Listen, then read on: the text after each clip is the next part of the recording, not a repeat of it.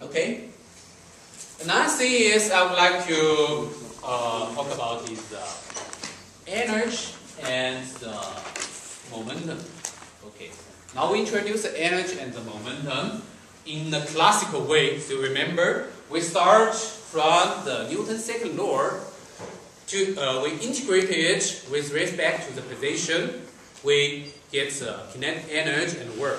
That's the energy model for the system. Or if we integrate the Newton's second law with respect to time, we get the impulse momentum theorem. That's the momentum aspect of the system.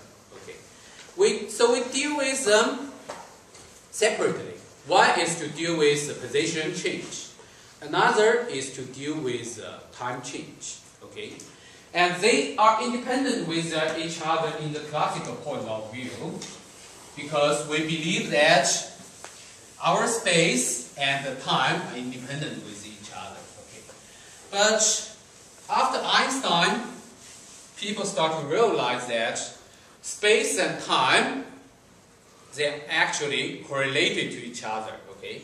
Before that, we have x, y, z to denote the time, and denote the space, and t to represent the time.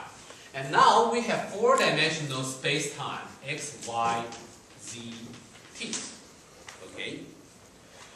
And of course, you can think about then, the momentum and the energy has to be related to each other. Okay? Here you have E, you have P, except they are independent with each other.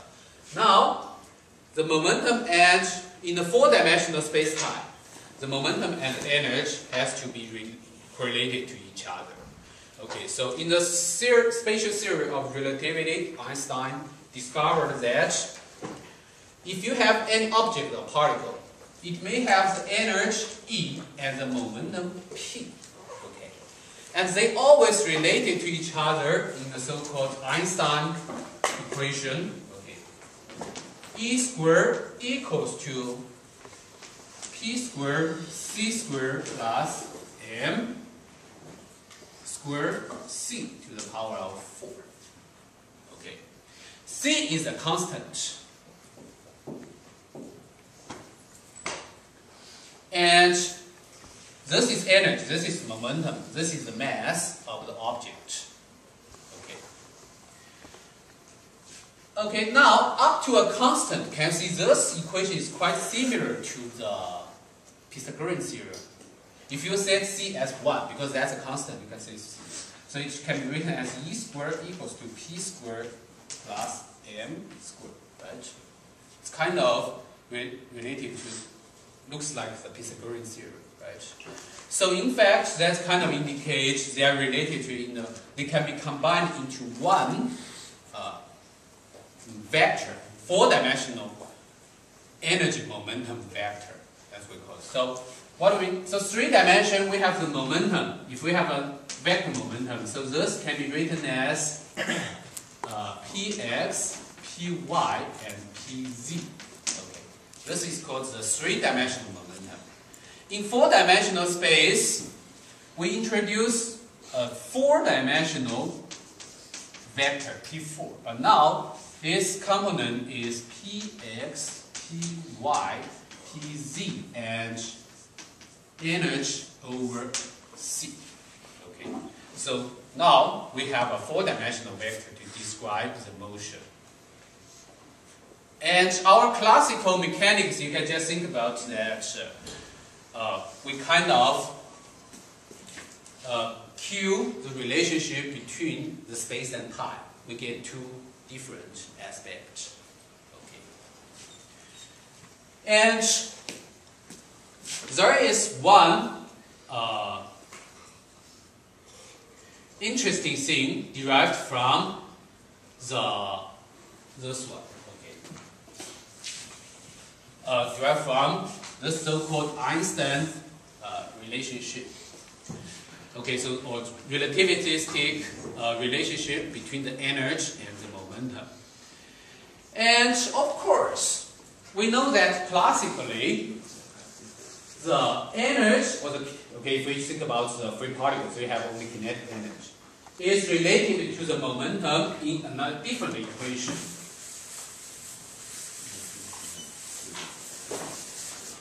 The energy equals to p squared over 2m. Okay. This is derived from the classical definition of the kinetic energy and the momentum. Okay. The kinetic energy, in this case, we only consider the kinetic energy. Okay. Equals to 1/2 mv squared. But the momentum equals to mv. So if you combine the two equations, so you get v equals to p over m. So E equals to 1/2 m multiplied by p over m squared. Okay, equals to p squared over 2m. So now this relationship looks quite different with this relationship, right? E equals to p squared over 2m. But we say that the classical mechanics is actually a spatial case approximation of the new physics, the spatial theory of relativity. So, in fact, we have to be able to get this as a spatial case approximation of that equation. In fact, we can do that. Okay. We can try to do this. Okay, from the general equation, E squared equals to P squared C squared plus M squared C to the power of 4. Okay, we can try to rewrite this like this way. E equals to square root of P squared C squared plus M squared C to the power of 4. And we can factor out C squared out and take a square root. So we get C times P squared plus M squared C to the power of 2.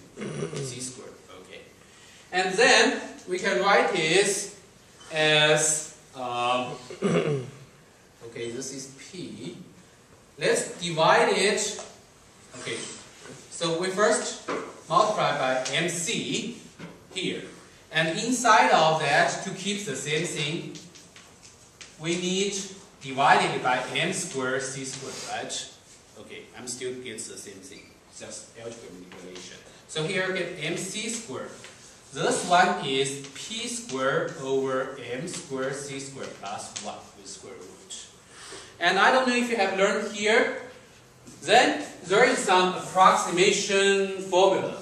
If you have this, 1 plus x. If x is a very small number, if it's very close to 0, this one is approximately 1 plus 1/2 x. I don't know if you have learned this. So, okay, finally, at some point in your calculus class, you are going to learn this approximation. It's derived from the Taylor expansion. Okay, we actually put some small number to check. They're almost the same. The two sides will give almost the same. And here, so you can see, when the object is moving very slow, so it has a small momentum, compared with the speed of the light, this is very small. So this may be a small number in this case, when the motion is very slow. We can cite this. So this is almost mc squared multiplied by 1 plus 1/2 p squared over m squared c squared. Okay. And if you rewrite this, you get mc squared plus p squared over 2m if you multiply like that, right? So you can see this is exactly the kinetic energy. So from the general relationship, we can get the kinetic energy. But now, the more important thing is that you have one more term, mc squared. So if we explain this as kinetic energy, so we can try to explain this as rest energy. So that means even some object when it's not moving, when it doesn't have any kinetic energy, it should still have some rest energy, mc squared. So this will give you the very famous equation, E equals to mc squared. Okay, the relationship between the energy and mass. So any mass have this kind of energy. Okay, during the nuclear reaction, it can be released. Okay, if during the nuclear reaction, the system can reduce its mass and release a huge amount of energy because C is very large, a big number. So any small mass will give you a huge energy. And so that's Einstein's discovery. It's not because he said so and then equals to x squared. It's derived from some theory. And because this is very famous and very important, and one year, I think it's 1940 something, I don't remember which year exactly. Okay, to celebrate the discovery of this equation, they made this on the air carrier. Okay. Okay.